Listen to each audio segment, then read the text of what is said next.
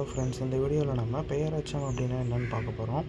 பாருங்கள், பெயரை கொண்டு முடியும் எச்சம் பெயர் எச்சம் ஆகும். அப்போது இதில் எடுத்துக்காட்டு பாருங்கள். இது வந்து எச்சம், இது பெயர். அப்போது இந்த மாதிரி பெயரை கொண்டு முடிந்தது அப்படின்னா அது பெயர் எச்சம். இது எச்சம், இது பெயர். இப்போது இந்த பெயரை வந்து நம்ம எடுத்துட்டோம் அப்படின்னா எச்சம் மட்டும்தான் இருக்கும். படித்த அப்படின்னு. இப்போது இதை நம்ம படித்தோம் அப்படின்னா பொருள் தராது, எச்சமாக நிற்கிது. அப்போது அந்த எச்ச வினை பெயரை கொண்டு முடியறதுனால அது பெயரெச்சம் அப்படின்னு நம்ம சொல்கிறோம்.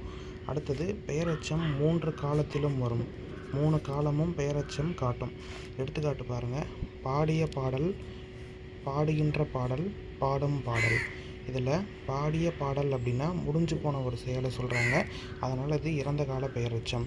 பாடுகின்ற பாடல் அப்படின்னா நிகழ்காலத்தில் நடந்துக்கிட்டு இருக்கிற ஒரு செயலை சொல்கிறாங்க, அதனால் இது நிகழ்கால பெயரெச்சம்.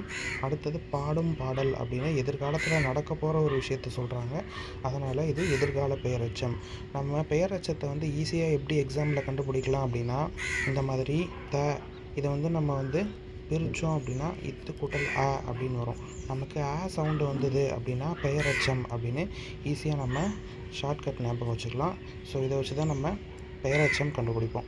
ஸோ இந்த மாதிரி நிறைய விஷயம் தெரிஞ்சுக்க நம்ம சேனலை ஃபாலோ பண்ணிக்கோங்க ஃப்ரெண்ட்ஸ். தேங்க்யூ. நெக்ஸ்ட் வீடியோவில் இதே மாதிரி ஒரு